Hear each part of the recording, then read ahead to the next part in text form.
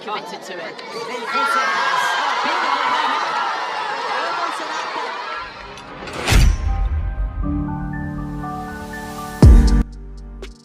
Ikalabing-anim ng Mayo sa kasalukuyan na taon, ay muli nga pong dedepensahan ng ating kababayan na si Melvin Jerusalem ang kaniyang hawak na WBC World Minimum Belt.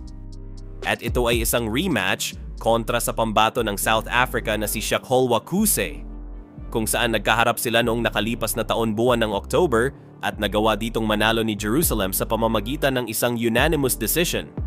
Bagamat pabor sa ating Pinoy ang lahat ng judges, naging dikit ang laban at maraming boxing experts lalo na sa South Africa ang naniniwalang mas naging agresibo at epektibo si Kuse sa middle rounds. At dahil sa hindi matanggap ng South Africa ang naging resulta ng laban, ay gumawa ng paraan ang isang sikat na boxing promotion sa South Africa, ang Golden Gloves. At ito nga ay ang paglabas nila ng malaking pondo para dalhin si Jerusalem sa South Africa. Nais nilang bigyan ang kanilang pambato ng pagkakataong lumaban sa sarili nitong baluarte para makuha ang WBC strawweight title.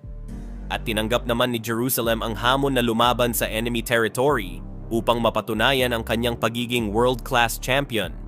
Pero bago ito tinanggap ng ating kababayan, ang original na plano ni Melvin Jerusalem ay makipag-unification bout laban kay Oscar Collazo na isang WBA at WBO champion ngayong 2026.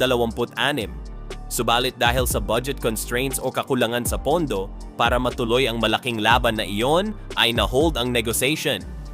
Sa halip na maghintay ng matagal ng walang laban, mas pinili ng kampo ni Jerusalem na tanggapin ang alok para sa Kuse rematch.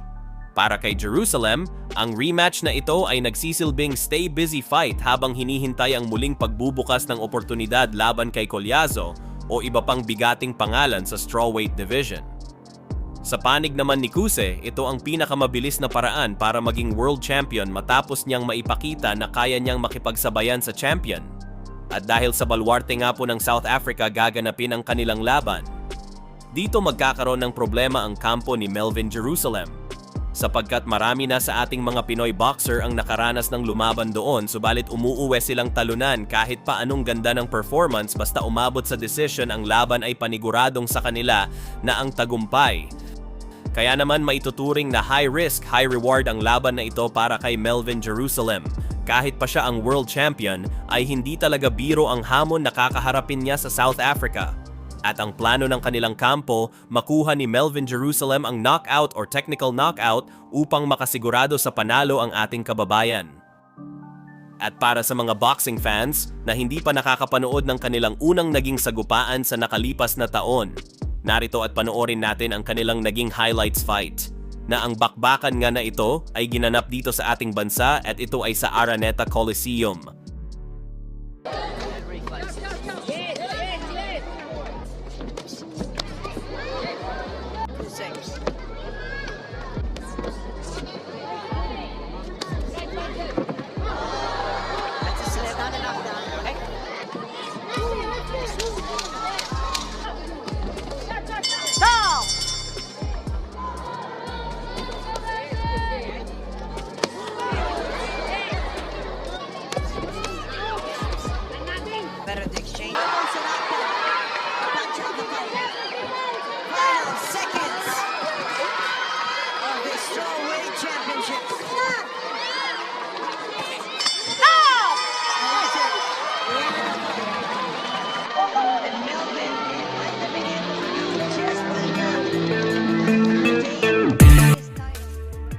Sa laban na ito ay matagumpay na naipanalo ni Melvin Jerusalem ang kaniyang naging laban kontra African fighter at ito ay sa pamamagitan ng isang unanimous decision, kung saan naging dikit nga ang kanilang sagupaan at ito ang hindi matanggap ng mga taga South Africa na dapat ay ang kanilang pambato ang nanalo sa laban at ganap na sana itong world champion.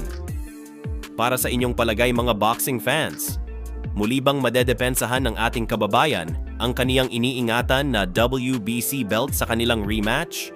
O baka naman magtatagumpay sa plano ang mga taga South Africa na gawing world champion ang kanilang boksingero sa pamamagitan ng scorecard? Para sa inyong mga komento or prediction, maaari po kayong magkomento sa baba. Ilagay mo na rin kung nasa ang lugar ka para naman malaman ko kung hanggang saan nga ba nakaabot itong ating video. Marami pong salamat!